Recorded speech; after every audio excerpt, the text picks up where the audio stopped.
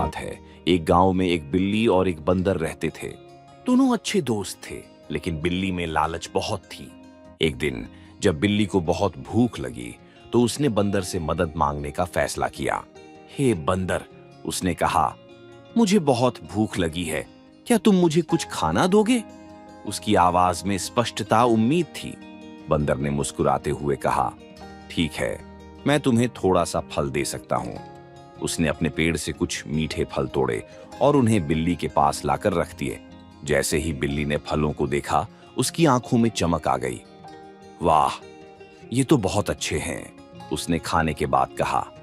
लेकिन जैसे ही उसने फलों को खाया, उसे महसूस हुआ कि उसे और भी चाहिए। मुझे और चाहिए, वह बोली। बंदर ने थोड़ी सी निराशा के साथ जवाब दिया, लेकिन मैंने तुम्हें पहले ही काफी फल दिए हैं। फिर भी वह उसके लिए कुछ ज्यादा फल लाने चला गया, क्योंकि वह अपने दोस्त की मदद करना चाहता था। धीरे धीरे उन्होंने कई बार ऐसा किया। हर बार जब भी बिल्ली खाती थी, वह हमेशा अधिक मांगती थी। कुछ समय बाद जब बंदर को खुद भूख लगी, तो उसने सोचा कि क्यों ना अपनी बोटियां बनाकर खा ले। उसने बोटियां बनाई और स्वादिष्ट भोजन का आनंद लेने लगा। जब बिल्ली ने देखा कि बंदर खुश होकर अपने खाने का मजा ले रहा है, तो उसकी लालच फिर जाग उठी। क्या तुम मुझे भी अपनी बोटियां दो? उसने बिना किसी संकोच के पूछा। बंदर ने सिर हिलाते हुए कहा, नहीं, तुमने पहले ही बहुत सारे फलों का सेवन किया है। अब मैं अपना खाना खुद रखना चाहूंगा।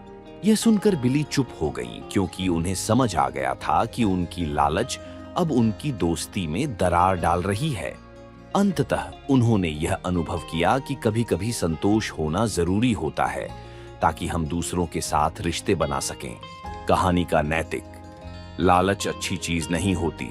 हमेशा संतुष्ट रहना चाहिए जो तुम्हारे पास हो।